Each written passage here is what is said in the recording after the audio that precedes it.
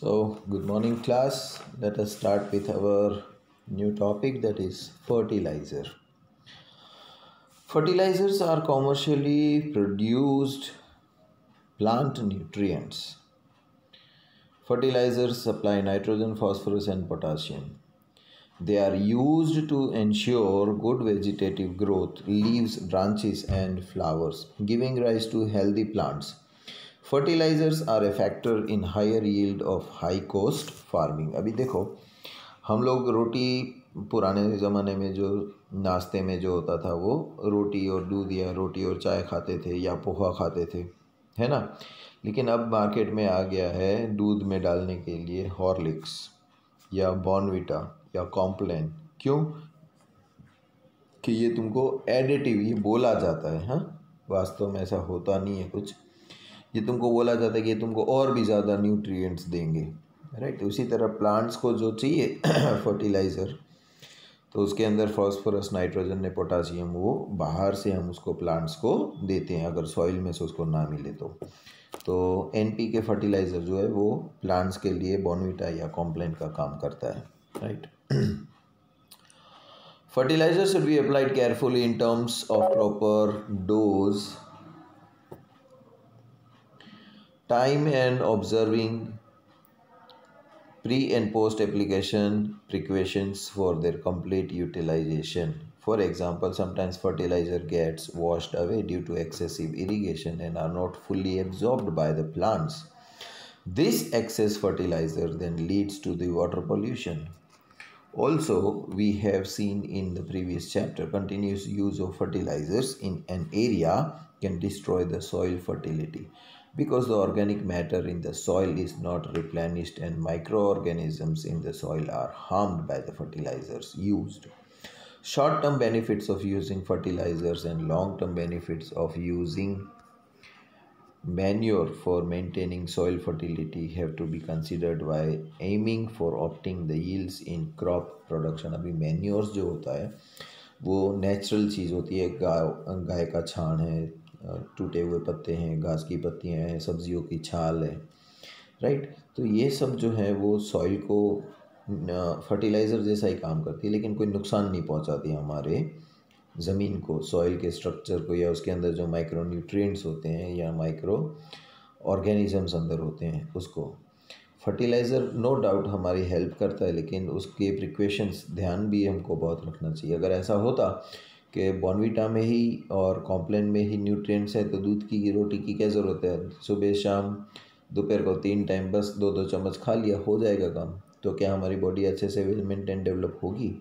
नहीं। बॉडी का मैकेनिज़्म एक होता है जो रोटी, दाल, चावल, सब्ज़ी, जो अलग अलग फ्रूट्स खाते हैं हम, उन सब में से न्यूट्रिएंट्स लेके हमको हेल्दी रखती है ना, सिस्टम है वो उसका। तो उसी तरह सॉइल का भी एक सिस्टम है कि उसके अंदर माइक्रो न्यूट्रिएंट्स होते हैं, ऑर्गेनिजम्स होते हैं, छोटे छोटे कीटाणु, वो उसको मदद करते हैं। डायरेक्टली हम लोग फर्टिलाइज़र देंगे, कभी कभी क्या होगा कि ज़्यादा पानी हमने बहाया इरिगेशन का, तो सारा फर्टिलाइज़र जो हमने डाला था वो पानी में बह जाएगा और दूसरे कीटाणु जो अंदर होते हैं उसको नुकसान भी पहुंचा सकता है। तो ध्यान रखना चाहिए हमें फर्टिलाइज़र में यूज़ करने में और मैन्योर यूज़ करने में। अब आता है compare the use of manure and fertiliser in maintaining the soil fertility. Organic farming is farming system with a minimum or no use of chemical as fertilizer, herbicides, pesticides, etc., and with a maximum input of organic manure, recycled farm waste, straws and livestock excreta, use of bioagents such as the culture of the blue-green algae in preparation of biofertilizers, neem leaves or turmeric, especially in grain storage as biopesticides, with healthy cropping system, mixed cropping, intercropping, and crop rotation as discussed below in 15.1 to this cropping system are beneficial in insect pest and weed control besides providing nutrients। अभी देखो, जो अनाज हमने उगा लिया, जो हमने काट लिया, उसको स्टोरेज करने के लिए रखते हैं, लेकिन जहाँ पर स्टोरेज के लिए रखते हैं वहाँ पर कीटाणु आ जाते हैं उसको खाने के लिए, तो उसको बचाना पड़ता है, राइट। तो या तो हम कोई केमिकल युक्त दवाइयाँ वहाँ पर रख सकते हैं, तो कीटाणु तो मर जाएंगे, लेकिन साथ साथ उसका जहर जो होता है वो हमारे खाने में भी मिल सकता है ना। लेकिन अगर हम नेचुरल तरीके से जाए कीटाणु को भगाने के लिए, जैसे कि हल्दी के पत्ते हैं या नीम, कड़वा नीम जो होता है उसके पत्ते रख दो तो भी कीटाणु नहीं आएंगे और उससे हमको कोई नुकसान भी नहीं पहुंचेगा। तो मैन्योर ज़्यादा यूज़ करने से फ़ायदा ये होता है कि हमारे सॉइल की फर्टिलिटी जो होती है, उसका स्ट्रक्चर जो होता है वो बिगड़ता नहीं है। ओके, अब बात करते हैं इरिगेशन की। इरिगेशन मतलब हम पानी देते हैं जो प्लांट्स को, है ना। खेती के लिए सबसे इम्पोर्टेंट प्राण जिसको बोलते हैं, जड़ ही जीवन, इसीलिए बोला जाता है कि इंसान को ज़िंदा रहने के लिए तो पानी चाहिए ही चाहिए। उसकी रोज़मर्रा की ज़रूरतें जैसे नहाना, खाना पकाना, खाने के बाद बर्तन धोना, कपड़े धोना, घर की साफ़ सफाई, झाड़ू पोछे में पानी चाहिए, जानवरों को भी पानी चाहिए, और कुछ भी उगाना है तो भी पानी चाहिए। तो पानी के बगैर हम सोच नहीं सकते जीवन। तो इरिगेशन एक सिस्टम है प्लांट्स को पानी देने के लिए। अभी सोचो तुम्हें प्यास लगी है और मैं तुम्हें एक एक बूंद पानी दूं, है ना, तो तुम प्यासे ही अटके रहोगे। और अगर तुम्हें प्यास लगी और मैं मटका पूरा फटाफट तुम्हारे मुंह में डालने की कोशिश करूँ, पूरा धुरिया डाल दूँ उसका मैं पानी का, तो भी कैसा होगा, है ना। तो एक सिस्टम होनी चाहिए। So most agriculture in India is rain fed. That is, the success of the crops in most areas is dependent on timely monsoon and sufficient rainfall spread through most of the growing seasons. Hence, poor monsoon caused crop failure. Ensuring that the crops get water at the right stages during their growing season can increase the expected yields of any crop. Therefore, many measures are used to bring more and more agricultural land under irrigation. So, पानी जो है वो, अभी देखो जैसे मैं आपको एक बात बोलूँ तो आपको घर में रोशनी चाहिए, आप बड़ा से बड़ा बल्ब लगा लो, है ना, लेकिन at the end of the day आपको बिल भरना पड़ेगा, है ना। तब आपको पता चलेगा रोशनी की कीमत क्या है। लेकिन जब भगवान सूरज, मॉर्निंग में जब सूरज उगता है तो पूरी दुनिया में उजाला फैल जाता है। तो आज तक भगवान ने हमसे बिजली का चार्ज लिया हमसे कि भाई मैं इतना उजाला दे रहा हूँ इतने साल से, अभी बिल भरना शुरू करो वरना लाइन काट दूंगा। बिजली वाले कैसे लाइन काट देते हैं अपनी, है ना। तो हम लोग चाहे कितने भी बड़े टैंकर या डैम्स ने वो कर लें तो उसकी एक कैपेसिटी वो ख़त्म हो जाते हैं कभी ना कभी। लेकिन जब ऊपर से हर साल बारिश की सीज़न में भगवान जब बारिश देते हैं पूरी दुनिया में, तो करोड़ों गैलन्स ऑफ वाटर देते हैं, उसका भी कोई चार्ज नहीं लेते। तो खेतीबाड़ी का मोस्टली पानी जो होता है वो बारिश के ऊपर डिपेंड रहता है ना। और दूसरी एक चीज़ ये है कि टाइमली अगर टाइम पे पानी ना मिले तो पेड़ जो है वो सूख के मर जाते हैं, है ना।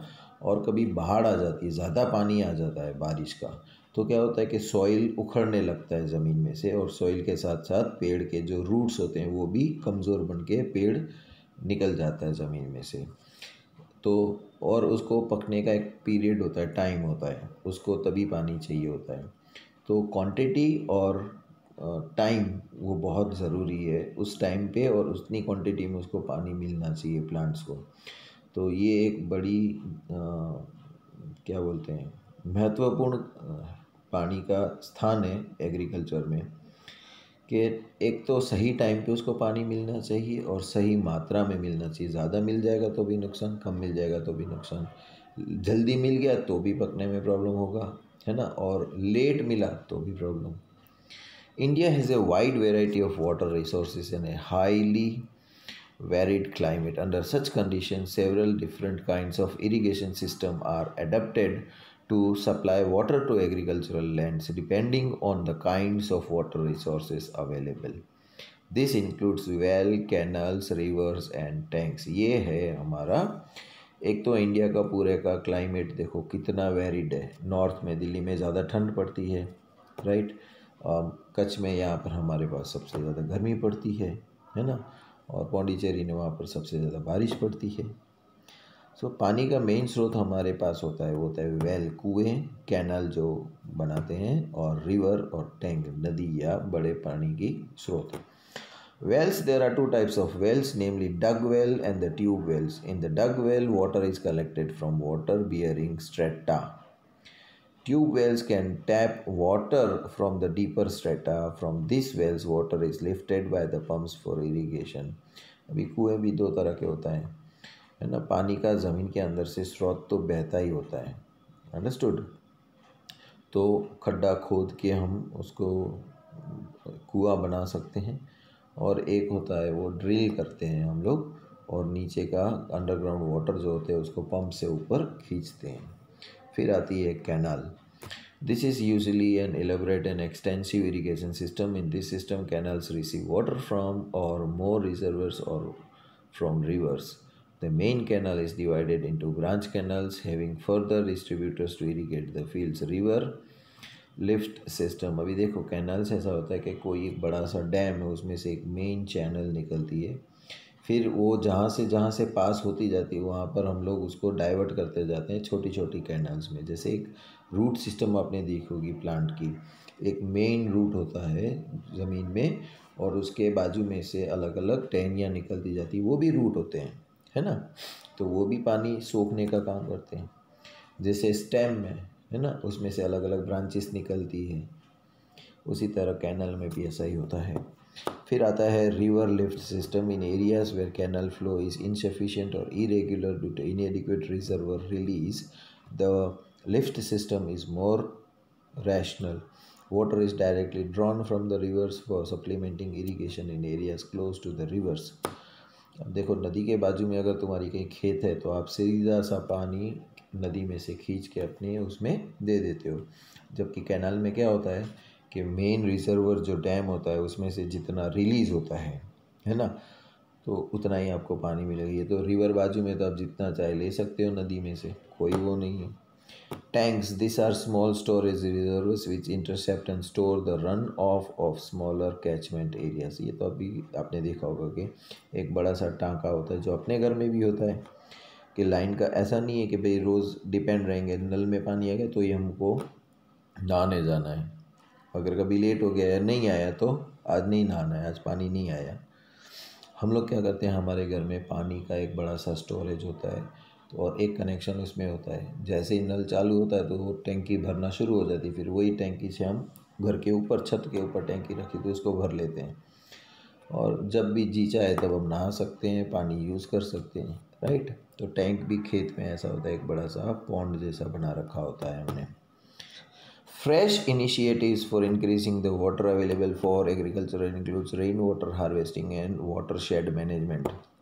अभी देखो बारिश का पानी जो गिरता है वो बहुत सारा पानी जो होता है वो वेस्ट हो जाता है। अभी रेन वाटर हार्वेस्टिंग का मतलब ये होता है कि पानी जो होता है बारिश का उसको हम जमा कर लें कहीं ना कहीं, उसको वेस्ट ना होना, क्योंकि पानी क्या है, पानी का काम है बहना।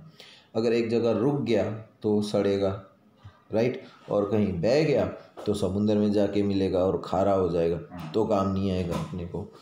तो समुंदर में बहे उससे पहले ही पानी को कहीं ना कहीं जमा कर लें हम।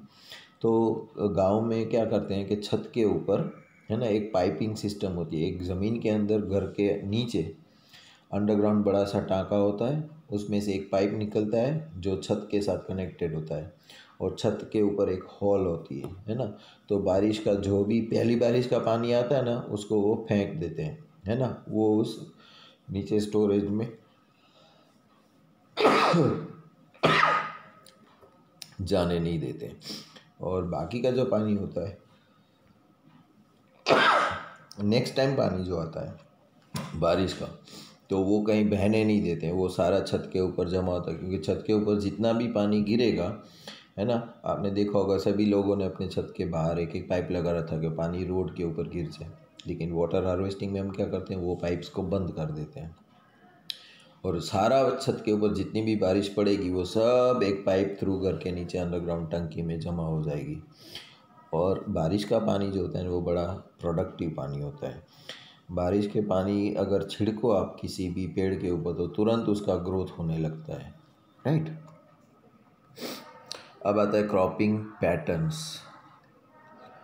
Different ways of growing crops can be used to give the maximum benefit. Mixed cropping is grown two or more crops simultaneously on the same piece of land. For example, wheat plus gram or wheat plus mustard or groundnut plus sunflower. This reduces the risk and gives some insurance against the failure of one of the crop. अभी देखो एक क्या होता है mix cropping में, आप समझ लो आपको रसगुल्ले बड़े पसंद हैं, तो आप क्या करो, सुबह भी रसगुल्ला खाओ, 11 बजे नाश्ते में भी रसगुल्ला, दोपहर को खाने में भी सिर्फ रसगुल्ला, 3-4 बजे स्नैक टाइम में भी रसगुल्ला और रात को खाने डिनर में भी रसगुल्ला। तो एक दिन ठीक है, दूसरे दिन अगर यही रसगुल्ले मिले तो बोलता है नहीं अब नहीं खाने, है ना। तो क्या होता है कि आपकी रुचि नहीं रहती है उसके अंदर, है ना, का मन नहीं करता वो खाने का। अब ज़मीन के अंदर से अगर हम लोग क्या करेंगे कि सिर्फ गेहूँ ही उगाऊंगा मैं तो बस और कुछ नहीं उगाऊँ, तो ज़मीन के अंदर गेहूँ उगाने के लिए जो न्यूट्रिएंट्स चाहिए बार बार ज़मीन में से वही खींचते रहेंगे हम, तो ज़मीन में फिर वो न्यूट्रिएंट्स नहीं रहेंगे। तो हो सकता है 2-3 बार गेहूँ निकालने के बाद अगली बार जो गेहूँ बनेंगे उसकी क्वांटिटी और क्वालिटी दोनों ख़राब हो जाएगी। इसलिए रोटेशनल क्या करते हैं हम कि 6 महीने के लिए गेहूँ उगाए तो बाकी के 6 महीने के लिए हम चावल उगा लेते हैं या बाजरा उगा लेते हैं या मकई उगा लेते हैं, कुछ भी अलग वैरायटी, है ना। और कभी कभी हम लोग क्या करते हैं मिक्स क्रॉपिंग करते हैं कि गेहूं के साथ में मूंग उगा लिए कि बाय चांस अगर गेहूं अच्छे नहीं उगे तो मूंग उग जाएंगे, मूंग अच्छे ना उगे तो गेहूं उग जाएंगे। तो मिक्स क्रॉपिंग और रोटेशनल क्रॉपिंग प्रैक्टिस होती है ताकि ज़मीन का सॉइल का स्ट्रक्चर जो है वो मेंटेन रहे। ऐसा नहीं है कि सिर्फ कार्बोहाइड्रेट वीट को चाहिए तो कार्बोहाइड्रेट कार्बोहाइड्रेट कार्बोहाइड्रेट, एक टाइम आएगा ज़मीन में कार्बोहाइड्रेट की लेवल बहुत ही कम हो जाएगी, राइट। तो हमको बाहर से कार्बोहाइड्रेट डालना पड़ेगा, तो अभी बाहर से डालेंगे तो केमिकली तो नुकसान पहुंचाएगा, राइट। तो ये सब मेंटेन करना पड़ता है हमको। Intercropping is growing two or more crops simultaneously on the same field in a definite pattern. A few rows of one crop alternate with a new rows of second crop. For example soybean मेज, हम लोग क्या करते हैं एक soybean का पेड़ लगाया, फिर सनफ्लावर का लगाया, फिर सोयाबीन का, फिर सनफ्लावर का, ऐसे पैटर्न बना के रखते हैं ताकि ज़मीन के अंदर जो स्ट्रक्चर जो है वो मेंटेन बैलेंस रहे, राइट। कभी ऐसा कर लिया कि इस साइड में हमने सिर्फ सोयाबीन और इस साइड में हमने कभी सिर्फ वीट लगा दिया, तो कभी कभी इस साइड की ज़मीन में से एक ही चीज़ ख़त्म हो जाएगी, इस साइड में वो चीज़ ऐसे के ऐसे ही पड़ी रहेगी, लेकिन ऑल्टरनेट करते जाएंगे तो वो बैलेंस स्ट्रेच रहता है, right.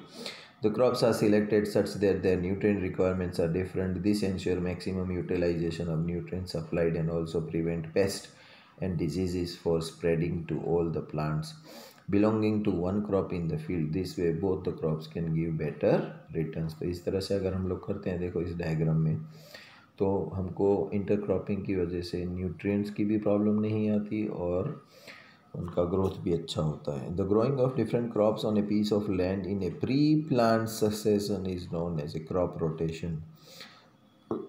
Depending upon the duration, crop rotation is done for the different crop combinations. The availability of moisture and irrigation facilities decide the choice of the crop to be cultivated after one harvest. If crop rotation is done properly, then 2 or 3 crops can be grown in a year with the good harvest.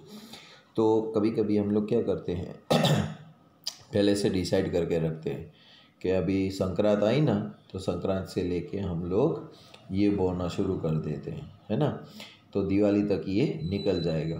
फिर जब ये गेहूँ निकल देंगे दिवाली के बाद, है ना, जनरली क्या होता है होली के टाइम में अपने यहाँ पर गेहूँ आते हैं, है ना, तो होली से थोड़ा दिन पहले ही गेहूँ सारी फसलों में से काट लिए जाते हैं। फिर फसल खेत खाली हो गया, अब होली के बाद हम लोग मान लो कि गन्ना डाल दिया, तो जनवरी तक हम लोग दिवाली आने तक हम लोग गन्ने को उगाते रहेंगे। तो ऐसे मिक्स क्रॉपिंग रोटेशन पीरियड में चलता रहता है। क्रॉप प्रोटेक्शन मैनेजमेंट, अभी क्रॉप को बचाना भी एक जिम्मेदारी का काम है, वरना उगा तो लिया मेहनत करके लेकिन उसको प्रोटेक्ट नहीं कर पाए तो हमारी वेस्ट जाएगा मेहनत भी और जो उगा है वो भी। Field crops are infested by a large number of weed, insect, pest, and diseases. If weeds and pests are not controlled at the appropriate time, then they can damage the crop so much that most of the crop is lost. अभी दो चीज़ होती है, weeds यानी कि unwanted grass, है ना। तो आपने पानी दिया तो वो ग्रास भी ले लेगा, राइट। उस घास से आपको कुछ मिलना नहीं है, राइट। गुजराती में उसको बोलते हैं नींदड़, राइट। तो आपने पपैया का पेड़ लगाया, आपको चाहिए फॉर एग्जांपल मैं आपको देता हूँ, राइट, कि आपका एक लड़का है, राइट, और उसके बाजू में ही कोई एक अनजान सा लड़का है, राइट, ना आपका पड़ोसी है, ना कोई जान पहचान वाला है, कोई नहीं है। आप अपने बच्चे को जो नाश्ता देते हो उसमें से कुछ नाश्ता वो लड़का ले लेता है, राइट। तो तुम्हारा जो भाई है या बहन है उसका पेट ठीक से नहीं भर पाता है। अब वो तुम्हारा ना तो रिलेटिव है, ना कोई और ज़बरदस्ती तुमसे ले रहा है, तो आपको कैसा लगेगा? आप क्या करोगे? उसको भगाओगे ना। एक दिन ठीक है, चलो कोई भूखा आ गया तो एक दिन दे दिया हमने या 2 दिन दे दिया, फिर रोज़ कोई ऐसे ज़बरदस्ती ले तो आप नहीं चलाओगे ना, उसको भगाओगे। बस सेम थिंग यही होता है कि वीड्स जो होते हैं ना वो अनवांटेड प्लांट्स, ग्रास होते हैं। तो तुमने अगर पपैया उगाया उसके बाजू में वो उगेगा, आप जो भी खाना बॉर्नवीटा ने वो सब पपैया का दोगे तो उसमें से वो भी ले लेगा, राइट। सो एक होता है ये वीड्स, दूसरे होते हैं इंसेक्ट्स, पेस्ट, जो पेड़ के ऊपर बैठते हैं और वो भी खाना खाना शुरू कर देते हैं। तो उगाया तो तुमने अपने लिए था, लेकिन ऐसे कीटाणु आके आधा खाएंगे, आधा वेस्ट करके तुम्हारी फसल को नष्ट कर देंगे, राइट। तो वीड्स और पेस्ट दोनों को बचाना चाहिए। तीसरा, जैसे हम इंसानों को बीमारियां लगती हैं, जानवरों को बीमारियां लगती हैं, उसी तरह पेड़ को भी बीमारियां लगती हैं, राइट। तो पेड़ को भी इंजेक्शन देने पड़ते हैं, पेड़ को भी दवाइयाँ देनी पड़ती है। तो इन तीनों चीज़ों का ख्याल रखना पड़ता है किसान को। अगर इन तीनों को कंट्रोल नहीं किया तो हमारी पैदावार जो है, खाद है ना, वो सारी वेस्ट जाएगी खेत की। Weeds are unwanted plants in the cultivated field, for example xanthium, गोखरू, परेथियम, गाजर घास, Cyprinus, Rotundus, Motha. They compete for the food space and light. Weeds take up nutrients and reduces the growth of the crop. Therefore, removal of weeds from cultivated fields during early stages of the crop growth is essential for a good harvest. Generally, insect pests attack the plant in 3 ways. They cut the roots, stem and leaf. They suck the cell sap from various parts of the plant and they bore into the stem and fruits. They thus affect the health of the crop and reduce the yields. तो ये इस तरह से हमारी पैदावार को नुकसान पहुंचाते हैं, right? Now, disease in plants are caused by the pathogens such as bacteria, fungi and virus. These pathogens can be prevented in and transmitted through the soil, water and air. Weeds, insects and disease can be controlled by the various methods. One of the most commonly used method is the use of pesticides. तो हम लोग क्या होते हैं कि भाई पेड़ के ऊपर कीटाणु बैठता है, राइट।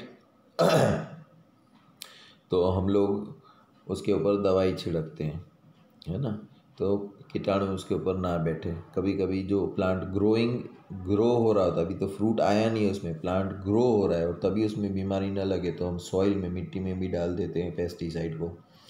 अब होता क्या है कि जैसे ही वो दवाई पानी के साथ मिलेगी, है ना, और रूट का काम है कि उसको सक करना पानी को, तो पानी के साथ साथ ये जहरीली दवाइयाँ जो होती है वो भी प्लांट के फ्रूट के अंदर चली जाती है। तो आप सोचोगे कि फ्रूट जो बाद में उगने वाला है, राइट, अभी तक तो पहले तो हमने दवाई छिड़क ली थी, लेकिन फ्रूट जो होगा उसमें वो दवाई कैसे पहुंच गई? फिर वो फ्रूट और अनाज हम खाते हैं तो हमको भी नुकसान पहुंचता है, राइट। अगर कीटाणुओं को अगर देखो चूहा मारने की दवा है तो चूहा मर सकता है, तो अगर वो दवा गलती से हमारे अंदर आ गई तो हमको भी नुकसान पहुंचाएगी, हम भी वो हो सकते हैं ना, प्रॉब्लम में आ सकते हैं। तो हम लोगों को चूहा घर में रहेगा तो नुकसान करेगा सभी चीज़ों का, तो चूहे को भगाने के लिए उस चीज़ों को कुछ उसको दवाइयाँ रखनी पड़ेगी उसको भगाने के लिए, है ना। तो वो तो भाग जाएगा खा के, बाहर है ना ऐड आती है टीवी में, तो वो तो मरेगा ही मरेगा, लेकिन गलती से फिर हमको भी ध्यान रखना पड़ेगा वो दवाई हमसे कहीं वो ना हो जाए। तो that is what we have to take care of. Weed control methods also include the mechanical removal, preventive methods such as proper seed bed preparation, timely sowing of the crops, intercropping, and crop rotation also help in the weed control. Some other preventive measures against the pest are the use of resistance varieties and summer plowing, in which fields are plowed deep in summers to destroy the weeds and pests. तो summer के time में, गर्मियों में ही हम लोग खेत को बहुत गहरी तरीके से खोद डालेंगे, तो जो घास ने, अनवांटेड वीड्स ने उगे थे, उसके रूट ही निकल जाएंगे और बाहर फेंक दिए जाएंगे। तो अब ज़मीन जो है वो उससे सेफ हो सकती है, right. Nutritional values of animal products, cow का एनिमल प्रोडक्ट्स जो मिल्क होता है, गाय का दूध, उसमें फ़ैट इतना होता है, प्रोटीन इतना होता है, शुगर इतनी होती है, मिनरल्स इतने होते हैं, पानी इतना होता है और विटामिन ये होते हैं। तो ये सारा nutritional values of animal products है। वीट में इतना, मीट में इतना, फिश में इतना। स्टोरेज ऑफ द ग्रेन्स को स्टोर करना, है ना। Storage loses in agricultural product, losses in agriculture produce can be very high. Factor responsible for such losses are biotic insects, rodents, fungi, mites, and bacteria, and abiotic inappropriate moisture and temperature in place of storage. These factors cause the degradation in the quality, loss in the weight, poor germinability, discoloration of the produce, all leading to poor marketability. These factors can be controlled by proper treatment and by systematic management of warehouse. अभी देखो, आपने जो अनाज उगाया है, right, उसके आजू बाजू में कहीं ज़्यादा पानी, मॉइस्चर रहता है, राइट। तो गेहूं का क्या काम होता है कि कुछ चीज़ें जो होती है ना, वो मॉइस्चर को एब्जॉर्ब करने लगती हैं, वो फूलने लगती हैं या सड़ने लगती हैं, उसका कलर चेंज होने लगता है। तो फिर कोई, वो आप गेहूं बेचने जाओगे, वो तो वो बोलेगा ये कैसा है गेहूं, ये सड़ गया है क्या, कलर अच्छा नहीं है, साइज़ छोटी है, या फूल गई है, या सॉफ्ट है। तो ऐसी चीज़ों को बेचने में फिर प्रॉब्लम आएगी। क्यों? क्योंकि उसका सही तरीके से स्टोरेज हमने नहीं किया था। तो स्टोरेज के वक्त उसको दो प्रॉब्लम्स आ सकती है, एक एबायोटिक और एक बायोटिक। बायोटिक मतलब छोटे छोटे कीटाणु हैं, रोडेंट्स हैं, फंगीस हैं, वो सब उसमें लग जाएगी, उससे उसको बचाना होता है हमें। और प्लस में एबायोटिक यानी कि मॉइस्चर और टेम्परेचर, अगर ज़्यादा कहीं सूखे हो गए गेहूँ तो भी वो सिकुड़ने लगेंगे। उसके अंदर भी देखो, आप कोई भी गेहूँ ले लो, आपको कितना भी ड्राई लगेगा, लेकिन उसके अंदर कहीं ना कहीं एक वाटर कंटेंट तो होता ही है। अगर आपने उसको ज़्यादा ओवर टेम्परेचर वाली जगह पे रख दिया तो वो सिकुड़ने लग जाएगा, तो भी आपका वो अच्छे से नहीं बिकेगा। तो ये सारी सिस्टम्स हमको ध्यान रखनी पड़ती है। Preventive and control measures are used before grains are stored for the future use. They include the strict cleaning of the produce before storage, proper drying of the produce first in the sunlight and then in the shade, and fumigation using chemicals that can kill the pest. तो ये सारी चीज़ें करके हम उसका storage ध्यान में रख सकते हैं। अब आता है एनिमल हस्बेंड्री। एनिमल हस्बेंड्री मतलब जानवरों का पशुपालन जो हम करते हैं वो। Animal husbandry is the scientific management of animal livestock. It includes various aspects such as the feeding, breeding, and disease control. Animal-based farming includes the cattle, goat, sheep, poultry, and fish farming. As the population increases, as the living standards increases, the demand for the milk, egg, and meat is also going up. Also, the growing awareness of the need for the human treatment of livestock has brought in new limitations in livestock farming. Thus, livestock production also needs to be improved. अभी देखो, एक मैं बात बताऊँ कि generally हमारे यहाँ पर दूध आता है वो 40 या 45 रुपीज़ किलो आता है, राइट। नॉर्मल हर जगह पर वही दूध मिलेगा आपको। हाँ, अभी आप लोग एक पर्टिकुलर गाय की वैरायटी है ना, जो दूध हमारे पास आता है, तो वहाँ पर गाय जो रहती है है ना, वो खुले में रहती है, उसको मक्खियाँ परेशान करती रहती हैं, उसके वो मच्छर भी काट सकते हैं, राइट। हो सकता है थोड़ी बहुत गंदगी भी हो कि जब वो, अभी देखो गाय है उसका फिक्स टाइमिंग तो नहीं होता है कब वो छी और पी करेगी, है ना, कब सूसू कर लेगी, राइट, कब वो अपना छाण कर लेगी, उसका कोई फिक्स नहीं होता है। तो गाय को उसमें रहना पड़ता है, फिर मक्खियाँ आती हैं, फिर परेशान करती हैं और गाय बार बार डिस्टर्ब होती रहती है, राइट। अभी एक नई सोच जो आई है कि गायों को जहाँ पर रखा जाता है वहाँ पर एक आदमी को नौकरी पे रखा जाता है, राइट। वो आदमी क्या करेगा, गायों को, गायों के जहाँ रहती है उसको पहले एक शेड बना देंगे, उसको खुली धूप में नहीं रखेंगे, ठीक है। दूसरी एक बात, उसको बांध के रखेंगे तो कैसा कि वो चल फिर सके थोड़े में, ऐसा नहीं कि एक जगह बंधी पड़ी है बस छोटी सी सांकर से, नहीं, उसको घूमने फिरने के लिए थोड़ा सा एक रूम जैसा बना दिया जाता है ताकि वो घूम फिर सके उस रूम में। प्लस में उसको पंखा लगा दिया जाता है, राइट। और अच्छा हल्का हल्का म्यूज़िक भी बजता रहता है, क्लासिकल म्यूज़िक, स्पीकर लगा दिया जाता है। और जब भी गाय जैसे ही उसने वॉशरूम किया तो तुरंत ही वो आदमी जो हमने रखा है वो वॉशरूम उसका साफ़ कर लेगा पानी से और पोछा मार देगा। अगर उसने छाण कर लिया तो तुरंत ही छाण उठा लेगा वहाँ से और ज़मीन साफ़ कर दे, मतलब सफाई में रहेगी गाय, मक्खियाँ नहीं आएगी। और स्प्रे कर देंगे ताकि मच्छर कीटाणु वहाँ पर ना आ सके।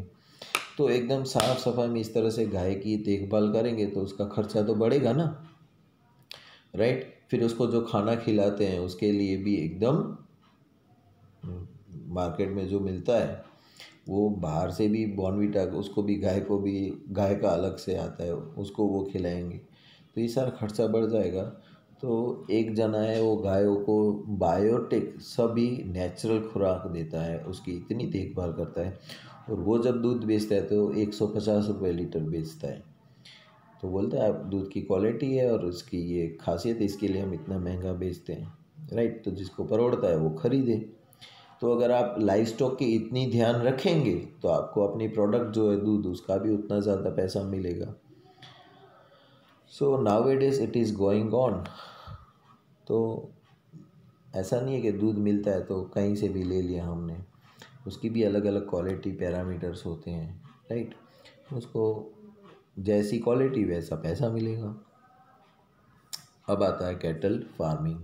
Cattle husbandry is done for two purposes, milk and draught labour for agriculture work such as tilling, irrigation and carting. देखो जानवर हमको कितना काम आता है, जब ज़मीन जोतनी होती है तो ज़मीन को खेड़ देता है ना। खेत में जो मुफ्त में घास उगता है वो उसको खाने में काम आता है, तो उसका भी काम हो गया, किसान का भी काम हो गया। अब जो उग गया है उसको काट के वापस ले भी जाना है तो ट्रांसपोर्टेशन का भी काम करता है बैल। जो उगाया हुआ है वो बोरियों में भर के वो फिर पहुंचा दिया जाता है। ये ट्रैक्टर नहीं आने पहले की बात है। और साथ साथ में दूध देता है, वो तो मुफ्त में देता है हमको। तो ज़मीन भी जोत दे, दूध भी दे और हमारा जो पैदावार है उसको दूर तक ले जाने में भी काम आता है बैल। So tilling, irrigation and carting. Indian cattle belongs to two different species, Bos indicus cows and Bos bubalis buffaloes. Milk producing females are called the milch animals, dairy animals, while the ones used for farm labor are called the draught animals. अभी दो किस्म के जानवर होते हैं, एक होता है जो मेहनत करने में बैल काम आता है, गाय काम नहीं आती है, वहाँ पर गाय से नहीं खिंचवाते हम, गाय को दूध उत्पादन के लिए रखते हैं और बैल को मेहनत का काम करने के लिए रखते हैं। तो जो दूध देते हैं उसको बोलते हैं मिल्च एनिमल्स और जो मेहनत का काम करते हैं उसको बोलते हैं draught animals. Now, milk production depends to some extent on the duration of the lactation period, meaning the period of milk production after the birth of the calf। अभी देखो गाय जब दूध देगी तो उसको जब बछड़ा आया होगा ना तो उसका एक लिमिटेड पीरियड टाइम होगा, उतने में ही वो टाइम देती, मतलब बछड़ा देने के बाद 6 महीने या 8 महीने तक दूध देती है, फिर आपको वेट करना पड़ता है, फिर उसका दूध बंद हो जाता है, फिर वेट करो, जब दूसरी बार वो बछड़ा देगी, फिर जब वो बछड़ा देगी तो वापस तुमको 6-8 महीने तक दूध मिलता रहेगा, है ना। So birth of a calf, so milk production can be increase by increasing the lactation period. Exotic or foreign breeds, for example, the Jersey Brown Swiss, are selected for long lactation periods, while local breeds, for example, Red Sindhi Sahiwal, show the excellent resistance to the disease. The two can be crossbred to get the animals with both the desired qualities. अब देखो, हमारी यहाँ की जो सिंधी साहिवाल गाय होती है उसको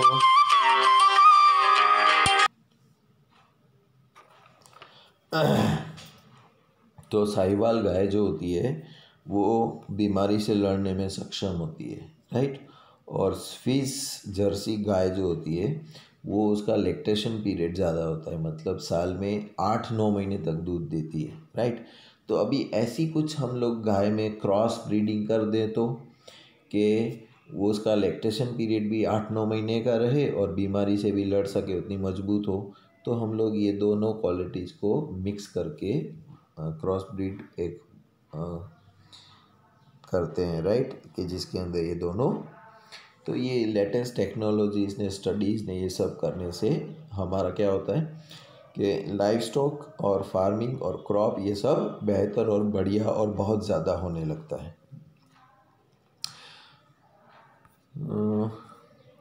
Proper cleaning and shelter facilities for the cows and buffaloes are required for human farming. For the health of the animals and for production of the clean milk as well, animals require regular brushing to remove the dirt and loss of hair. Loose hair, they should be sheltered under the well-ventilated roof sheds that protect from rain, heat and cold. The floor of the kettle needs to be sloping so that they stay dry and to facilitate cleaning. तो ये सारी facilities हम उसको दे सकते हैं। The food requirements of the dairy animals are of two types, एक maintenance requirement which is the food required to support the animal to live a healthy life, and milk producing requirement, which is the type of food required during the lactation period. Animals feed includes the roughage, which is largely fiber, and concentrates are which are low in fiber and contain relatively high levels of proteins and other nutrients. Cattle needs balance rotations containing all the nutrients in proportionate amount. Besides such nutritious food material, certain feed additives containing micronutrients promote the health and milk output of the animals. अभी देखो, गायों को भी जानवरों को भी खाने की दो होती है, एक होती है उसको लाइफ मेंटेन करने में ज़रूरत पड़ती है वो, और एक ऐसा होता है जो लैक्टेशन पीरियड को बढ़ाने में उसको मदद करता है वैसा। अभी देखो, जैसे मैं आपको बताऊँ, और दूसरा होता है उसको बीमारियों से बचाने में भी। अभी सर्दियों का टाइम होता है तो जनरली बोलते हैं ना, च्यवनप्राश खाया करो, ठंड कम लगेगी, बीमारी कम आएगी, आपको आपकी इम्यूनिटी बढ़ जाएगी। फिर रोटी दाल चावल खाने से क्या होता है, आपको हेल्थ अच्छी रहती है, और फ्रूट्स खाने से तुमको विटामिन्स ने ये सब मिलते हैं। तो हमको जिस तरह की ज़रूरत पड़ती है, जानवरों को भी उसी तरह की सारी चीज़ों की ज़रूरत पड़ती है। आपने वो जोक सुना होगा ना, एक आदमी होता है दुकान पे जाता है और बोलता है कि भाई साहब कुत्ते के बिस्किट दो। तो उसने यही दुकान वाले ने उसको सीधा पूछ लिया कि भाई खाओगे कि घर ले जाओगे, मतलब कुत्ता साथ में लाए हो, यहीं खिलाना है तो छुट्टे में से दे दो, और घर ले जाना है तो पैकेट में से पैकेट ले जाओ, है ना। तो कुत्तों के भी बिस्किट्स आते हैं, आपको पता है, पीडिग्री करके आता है, राइट। तो नॉट ओनली, हर एक जानवर की, अभी जो लोग अपने घर में डॉग्स को पालते हैं, बिल्ली को पालते हैं, राइट, तो सबकी देखभाल भी इतनी ज़रूरी होती है, वरना वो तो तुम खुद तो मैनर्स नहीं होते, वो तो गंदगी में रह लेंगे लेकिन तुम्हारे घर को भी गंदा करेंगे, लेकिन उसके अंदर आपको उसकी हैबिट्स भी डालनी पड़ेगी। तो कुत्ते भी ऐसे ट्रेंड होते हैं कि घर में कभी पोटी या सुसु नहीं करेंगे, जब भी उसको एक टाइम पे बाहर घुमाने ले जाओगे वो बाहर ही करेगा, तुम्हारा घर गंदा नहीं करेगा, राइट। तो जानवरों में भी ये होता है। Cattle suffer from a number of diseases. The disease, besides causing the death, reduce the milk production. A healthy animal feeds regularly and has a normal posture. The parasites of the cattle may be both external parasites and internal parasites. The external parasites live on the skin and mainly cause the skin disease. The internal parasites like worms affect the stomach and intestine, while the flukes damage the liver. Infectious diseases are also caused by the bacteria and viruses. Vaccinations are given to the farm animals against many major viral and bacterial disease. अभी देखो आजकल हमको पता है कि वैसे भी अभी जो बीमारी की कोरोना की चल रही, तो हम लोग क्या करते हैं, मास्क पहन के निकलते हैं। जो भी सब्जियां या फ्रूट्स खरीदते हैं उसको सैनिटाइज करते हैं, धोते हैं, 2 दिन बाद खाते हैं, है ना। जनरली भी पहले भी जब कोरोना नहीं था तो भी बाज़ार से सब्जियां ले आओगे आप तो मम्मी धोएगी, फ्रूट को भी धोएगी, फिर आप खाओगे। नहीं तो क्या होगा कि खुले से सीधा ले आके खाओगे तो बीमार पड़ सकते हो आप, है ना। अब बेचारी गाय को कौन धो के देगा घास, क्योंकि घास के अंदर तो छोटे छोटे कीटाणु भी छुपे हुए होते हैं। वो थोड़ी छान छान के उसका हाथ है कि कीटाणु को हटा हटा के फिर खाएगी। तो जब वो घास खाएगी और वो क्या है पूरा बंच उठा दे ना, उसके अंदर बहुत सारे अंदर घास के अंदर छुपे हुए होते हैं, तो वो भी उसके पेट में चले जाते हैं, फिर वो भी उसको नुकसान पहुंचाते हैं। तो इंसेक्ट 2 तरह के होते हैं, एक उसकी स्किन के ऊपर होते हैं, एक उसके अंदर चले जाते हैं। तो वो भी बीमार पड़ सकती है ना। तो उसको भी दवाइयों की ज़रूरत पड़ती है। हमको जैसे वैक्सीन लगता है उनको भी वैक्सीन दिया जाता है ताकि छोटी मोटी बीमारी के कीटाणु उसको नुकसान ना पहुंचा सके। तो कितना ध्यान रखना पड़ता है जानवरों का भी। आज यहाँ पर स्टॉप करते हैं। कल हम लोग पढ़ेंगे पोल्ट्री फार्मिंग, फिर पढ़ेंगे फिश प्रोडक्शन, राइट, और मरीन, फिर बी कीपिंग, और फिर हमारा चैप्टर हो जाएगा फिनिश। तो आज यहाँ पर स्टॉप करते हैं। तब कल के लिए फिर मिलेंगे, तब तक के लिए गुड बाय, टेक केयर।